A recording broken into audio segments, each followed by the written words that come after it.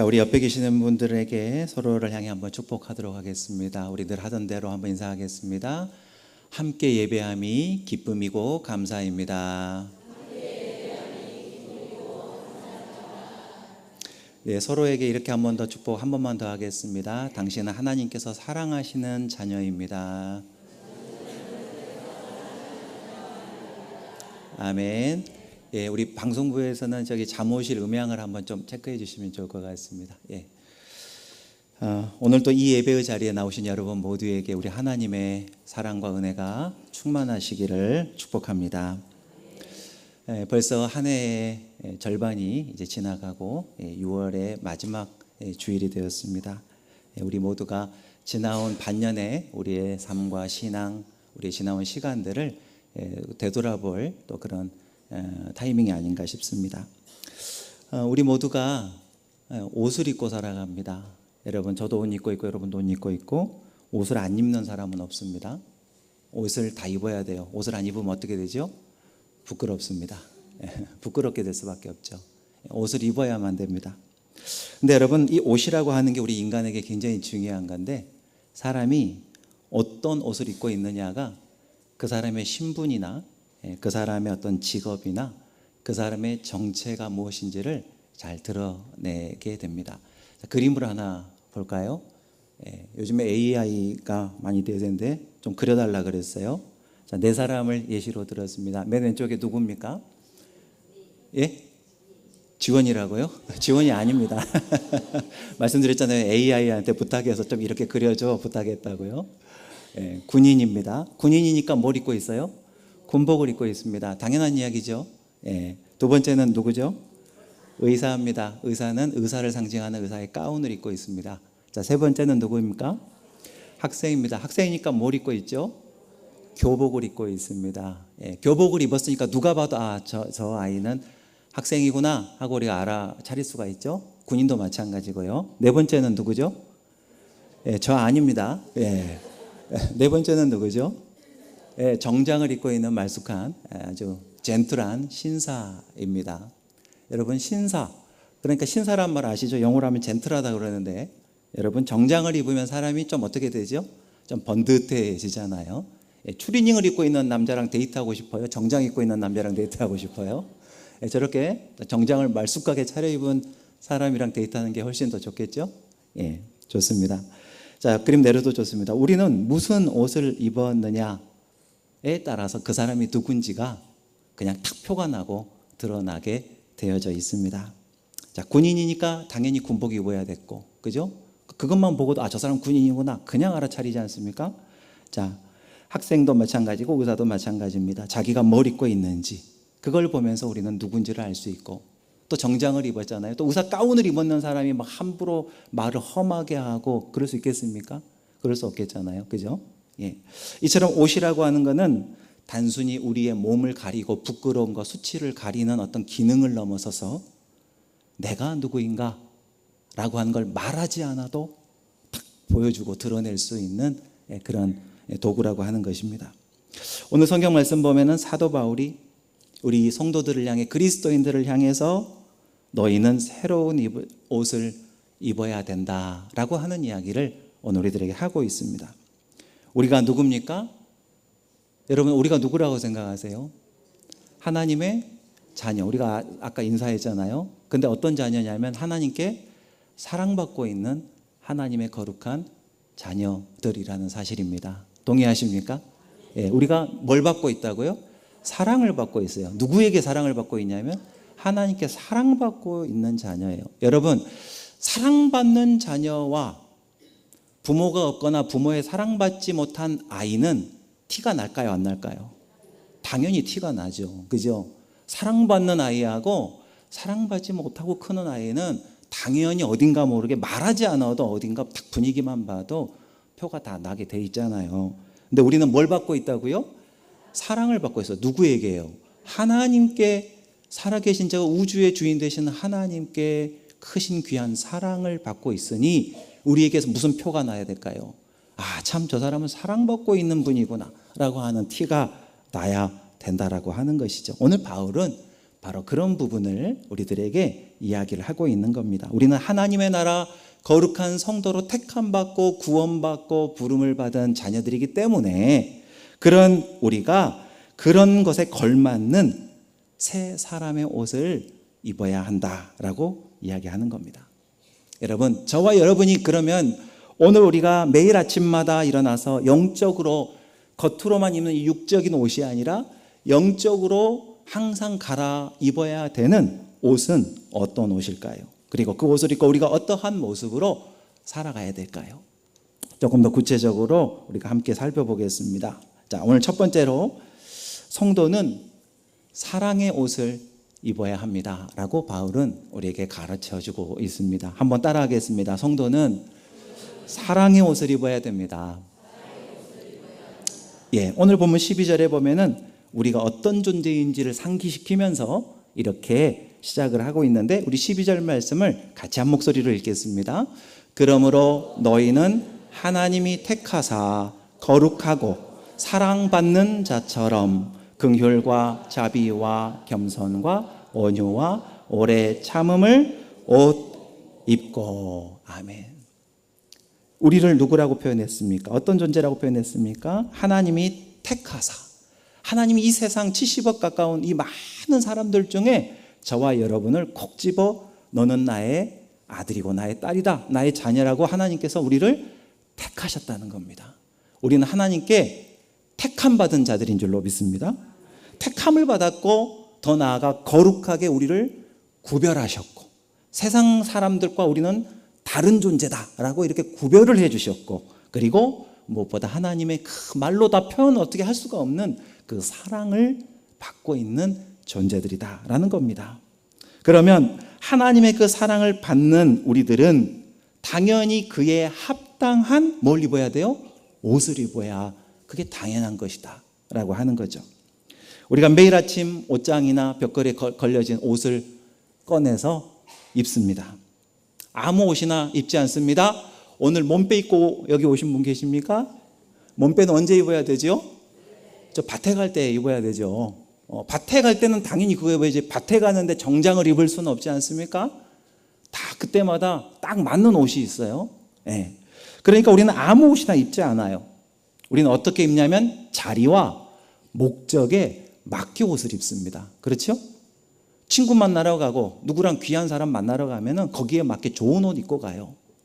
거기에 목적에 맞게 대상에 맞게 상황에 맞게 우리가 옷을 입지 않습니까? 그러니까 예배 드리러 올 때에도 어떻게 하죠? 예배 드리는 것에 합당한 그런 내 나름대로의 최선의 그런 옷을 마음의 옷을 또 입고 오는 겁니다. 일하러 갈 때는 일하는데 좋은 옷을 입고 가는 거고. 자, 성도에게는 입어야 되는 저와 여러분 모두에게 성도이기 때문에 하나님의 택함받은 거룩한 자녀들이기 때문에 우리가 입어야 되는 옷이 있습니다.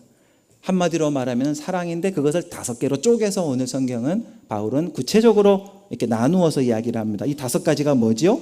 긍휼, 자비, 겸손, 온유, 오래 참음이라는 옷을 성도들은 입어야 합니다. 이렇게 바울이 오늘 우리에게 전하고 있는 겁니다. 여러분 긍휼이 뭐죠?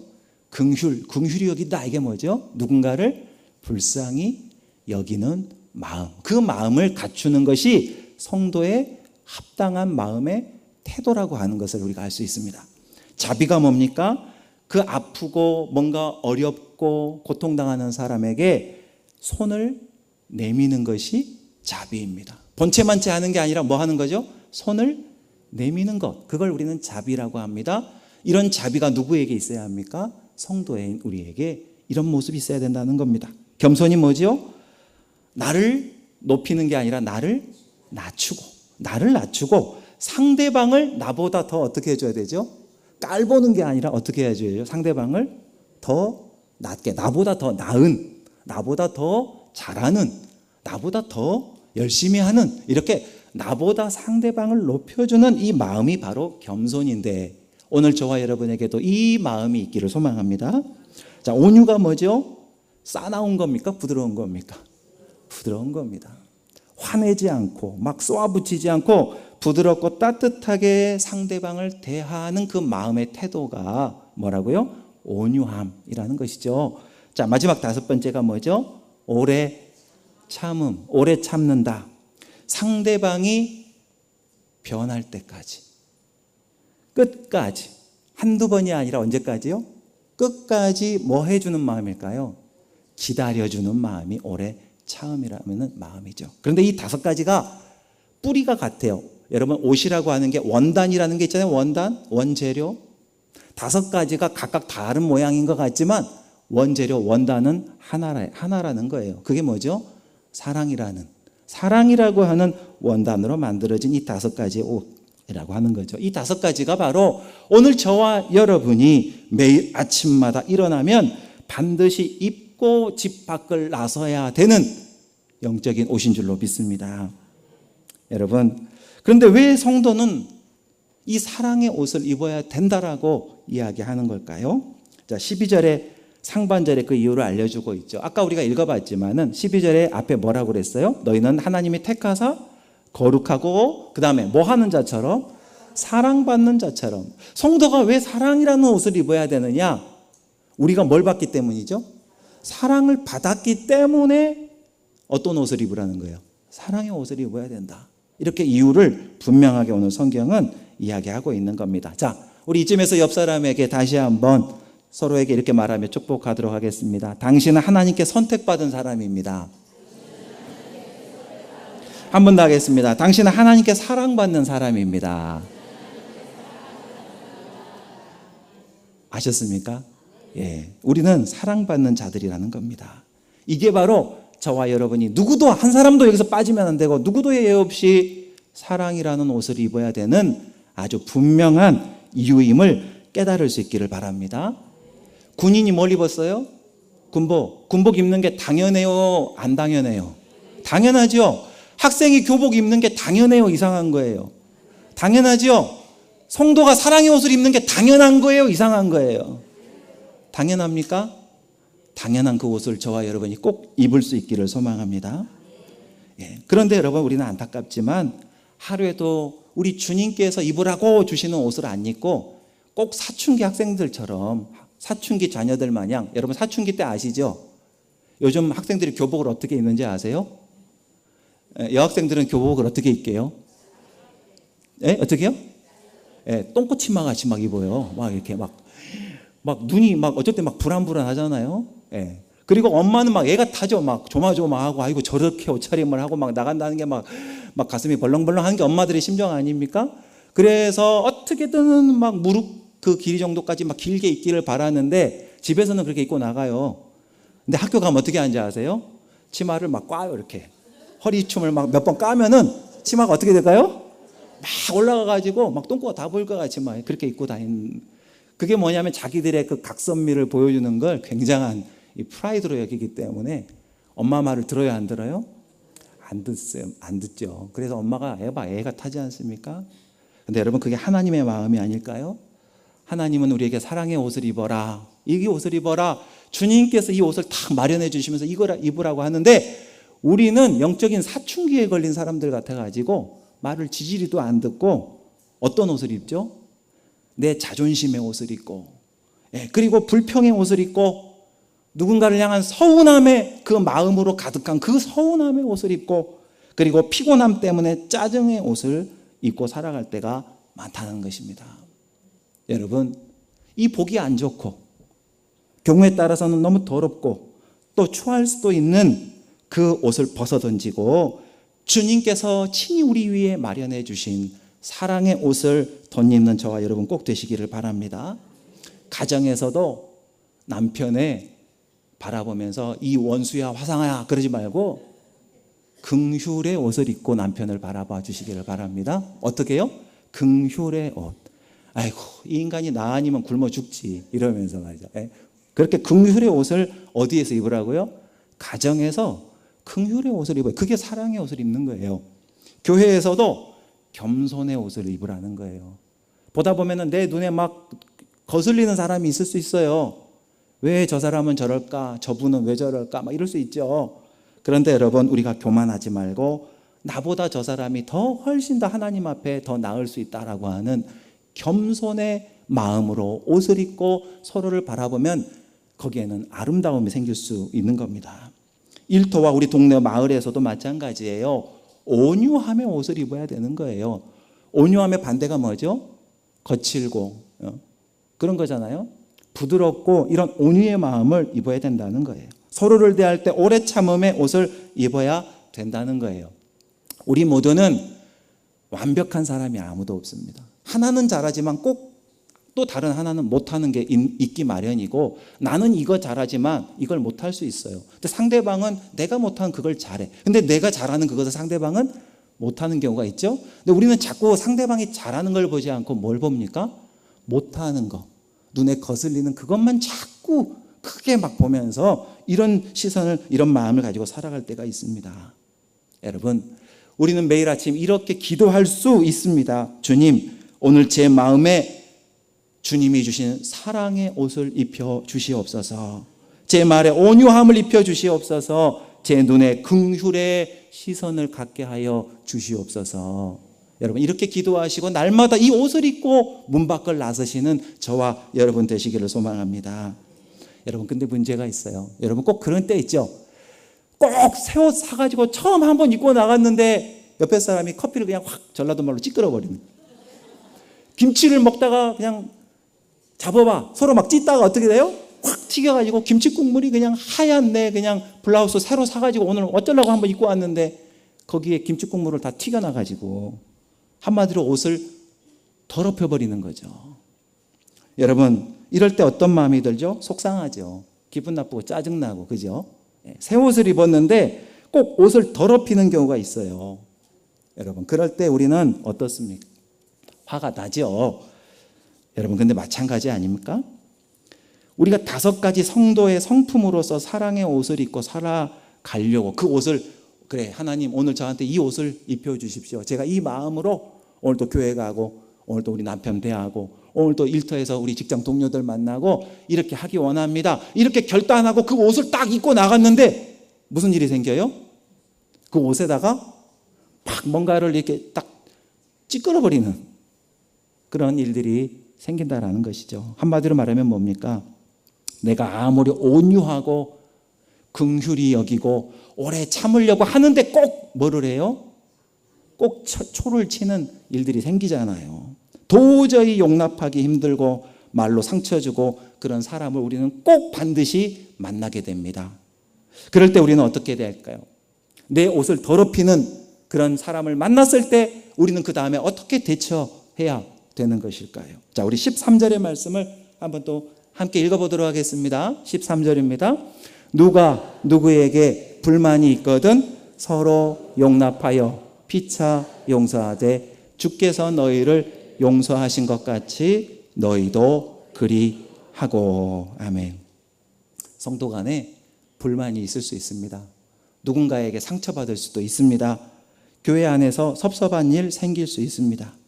그러나 그때마다 세상 사람들처럼 비난하고 등을 돌리는 것이 아니라 주님께서 나를 용서해 주신 것처럼, 우리가 주님의 우리를 향한 마음에 얼마나 상처 줄 때가 많았습니까? 주님께서 우리를 얼마나 아끼고 사랑하시는데 그 주님의 마음과 반대되게 행동하며 말하고 행동하며 살아갔던 시간이 얼마나 많습니까, 우리가? 그런데 여러분, 우리가 누군가가 나에게 그렇게 상처 주거나 나를 더럽히거나 나를 그렇게 만드는 사람들을 마주대할 때에 우리가 생각해야 될 것은 주님이 나를 용서해 주신 그 끝없는 사랑을 기억하면서 나도 그 사람을 서로 간에 용서하고 용납하라 라고 오늘 주님은 우리에게 말씀하고 계시는 겁니다.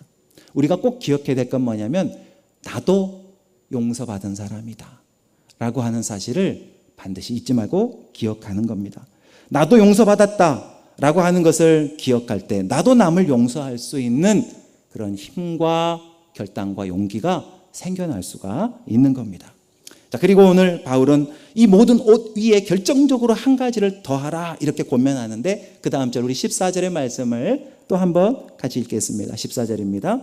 이 모든 것 위에 사랑을 더하라. 이는 온전하게 매는 띠니라. 아멘. 아무리 좋은 옷을 입었어도 끝 마무리가 잘 돼야 돼요. 제가 양복을 잘 입었는데 허리띠를 안 매고 나왔으면 어떻게 되겠어요? 그죠?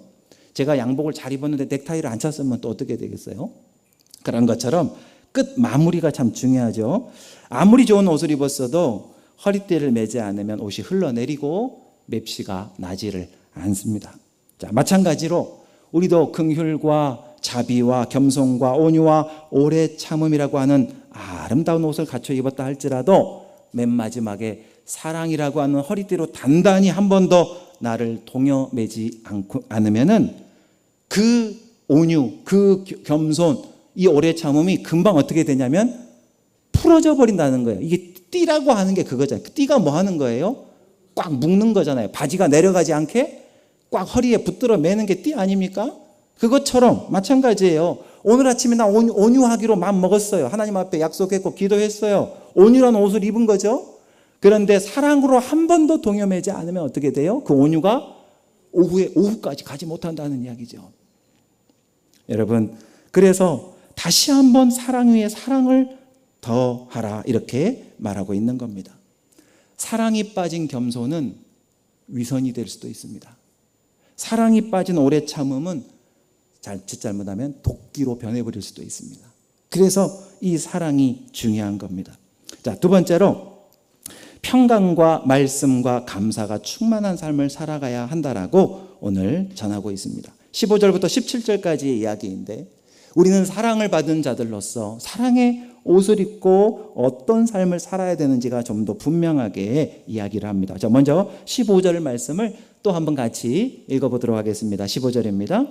그리스도의 평강이 너희 마음을 주장하게 하라. 너희는 평강을 위하여 한 몸으로 부르심을 받았나니 너희는 또한 감사하는 자가 되라. 아멘. 여기서 우리가 조금 주목해서 볼 그런 표현이나 단어가 뭔가 하면 여러분, 그리스도의 평강이 너희 마음을 뭐하게 하라 그랬습니까? 주장하게 하라.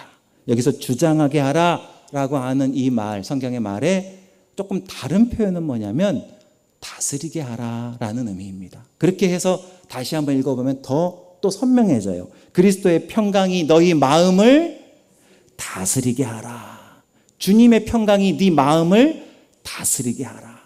이걸 의미를 잘 생각해 보세요. 여러분, 우리 마음은 주님의 평강이, 좀 바꿔 말하면 주님이 나를 다스리지 않으면 저와 여러분의 마음은 금방 짜증이 다스리게 됩니다.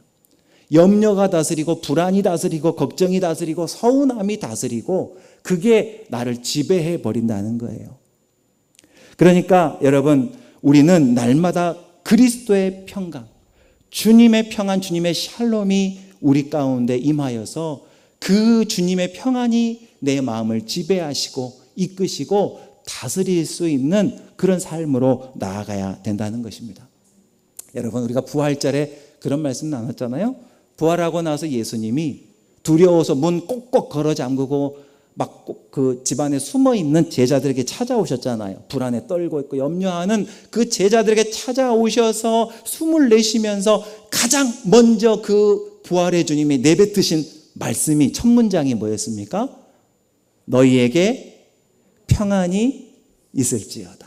너희에게 평강이 있을지어다 라고 평강을 선포하셨다는 사실입니다.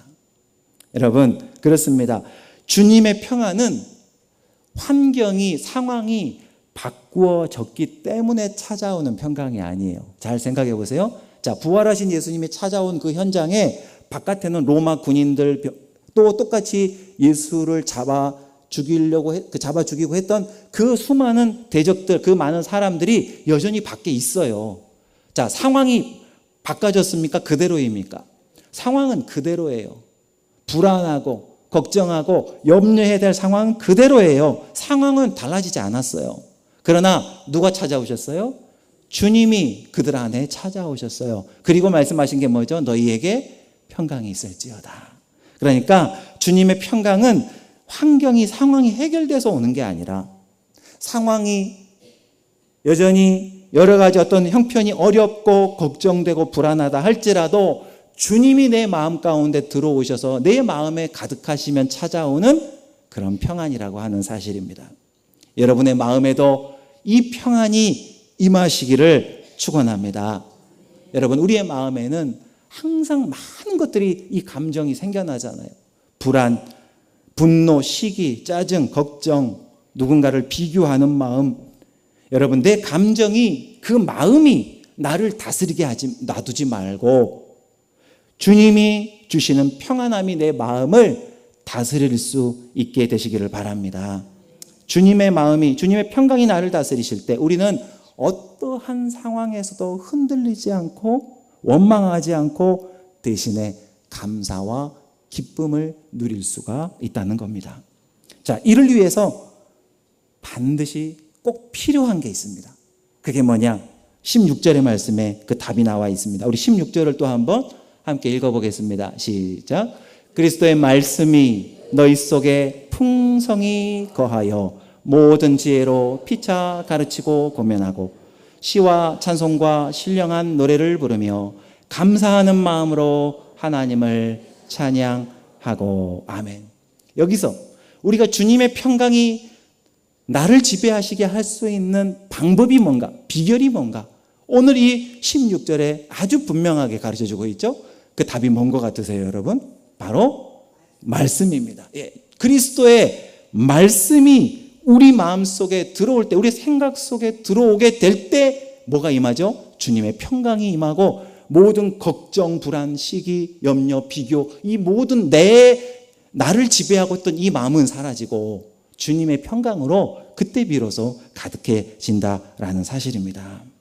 여러분, 말씀이 예배 때만 잠깐 반짝 우리 생각과 마음에 머무르는 것이 아니라 매 순간마다 저와 여러분의 마음속에 늘 함께 하실 수 있기를 바랍니다. 우리의 대화 속에 주님의 말씀이 많아지시기를 바랍니다. 세상 이야기, 인간적인 이야기, 누구 흉보는 이야기 대신에 주님의 말씀이 우리의 대화 속에 더 많이 포함되시기를 축복합니다. 뭔가를 결정할 때도 마찬가지고 우리의 가정의 대화에도 마찬가지고 주님의 말씀이 언제나 충만해야, 말씀이 우리 안에 풍성히 거할 때에 우리의 마음이 달라지고 우리의 생각이 달라지고 무엇보다 사람을 바라보는 우리의 시선이 달라지고, 그래서 우리는 날마다 주님의 말씀 앞에 서야 되는 겁니다. 자, 그 다음에 마지막으로 주님께서는 우리에게 모든 일을 예수님의 이름으로 하고 주님의 이름으로 모든 일을 감당하고 그리고 하나님께 감사하라 그렇게 전하고 있습니다. 자, 우리 17절의 말씀 마지막으로 한번 함께 읽어보도록 하겠습니다. 시작. 또 무엇을 하든지 말에나 일에나 다 주 예수의 이름으로 하고 그를 힘입어 하나님 아버지께 감사하라. 아멘. 여러분, 교회에서 봉사하실 때, 여러분이 맡겨진 직분을 감당하실 때 주님의 이름으로 합니까? 아니면 내 이름으로 합니까? 예, 말은 맞죠. 주님의 이름으로 다 한다고 대답들은 하시잖아요. 근데 정말 그렇습니까? 정말 주님의 이름으로 그 일을 감당하고 있습니까? 아니면 내 생각, 내 감정, 나를 앞에다 놓고 그 일을 감당하고 있습니까? 여러분, 우리가 무슨 일을 하든지 말을 하든지 내 힘과 내 지혜와 내 경험과 내 자랑으로 하면은 쉽게 지치고, 왜냐하면 내 뜻대로 안 되는 일도 많이 만나기 때문에 그럴 때 원망과 불평과 짜증이 나오게 되는 겁니다. 그러나 오늘 바울은 아주 중요한 원리를 우리에게 가르쳐 줍니다. 네가 말을 하든지 무슨 일을 하든지 뭘 하든지 어떤 마음으로 하라고요? 무엇으로 하라고요? 주의 이름으로 하고, 주의 이름으로 하고 그리고 감사함으로 하라는 겁니다. 그러니까 우리가 이렇게 고백할 수 있기를 바랍니다. 주님, 제가 주의 이름으로 오늘 이 일을 감당합니다. 주님이 주신 힘으로 오늘 이 사명 오늘과 제가 감당합니다. 이런 마음으로 여러분이 직분을 감당하시고 봉사를 행하시면 이 모든 끝에는 오직 뭐만 남을까요? 하나님 감사합니다 라고 하는 감사의 고백만 남게 된다는 것입니다. 여러분, 이 감사가 얼마나 중요합니까? 교회 일을 그렇게 힘들게 땀 흘려 하면서도 감사를 잃으면 은혜가 사라져버립니다. 아주 중요한 이야기죠. 교회 일은 일대로 해놓고 감사를 하지 않을 때 그 은혜가 어떻게 된다고요? 사라져버려요. 그러니까 헛된 수고가 되는 거죠. 감사를 잃으면 기쁨을 잃고 그냥 힘들다는 것밖에 안 남아요. 감사를 잃으면 사람의 부족한 것만 자꾸 보이게 됩니다. 감사를 잃으면 우리의 마음이 그래서 영혼이 메마를 수밖에 없는 겁니다. 그러나 반대로 감사가 회복되면 똑같은 상황도 다르게 보여집니다. 여기까지 인도하신 하나님의 은혜가 보이기 시작합니다. 부족하지만 함께하는 이 사람들이 귀하게 보이기 시작합니다. 힘든 중에도 지켜주시는 하나님의 손길이 느껴지기 시작합니다. 그것이 감사의 힘이라는 사실입니다. 여러분, 말씀을 이제 맺겠습니다. 정리하겠습니다. 여러분, 하나님께서는 우리 종리교회가 그리고 여러분들의 가정과 신앙이 세상의 거친 풍파 속에서도 어떠한 공격 속에서도 흔들리지 않는 행복을 누리는 공동체가 되기를 누구보다 간절하게 기대하고 원하시는 분이 우리 아버지 하나님이시라는 사실을 믿으시기 바랍니다. 그 하나님께서 오늘 우리가 그 행복한 신앙과 행복한 삶을 살아가는 비결을 우리에게 가르쳐 주십니다. 그 비결은 멀리 있지 않습니다.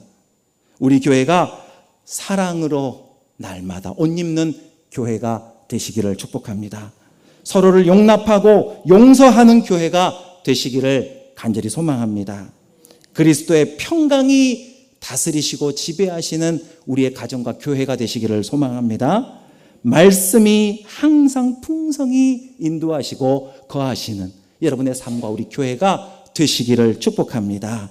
무엇보다 마지막으로 감사로 언제나 고백하며 살아가시는 저와 여러분 되셔서 하나님의 뜻을 이루고 영광을 나타내며 행복한 신앙생활을 이어가는 저와 여러분들 되시기를 주님의 이름으로 축복합니다.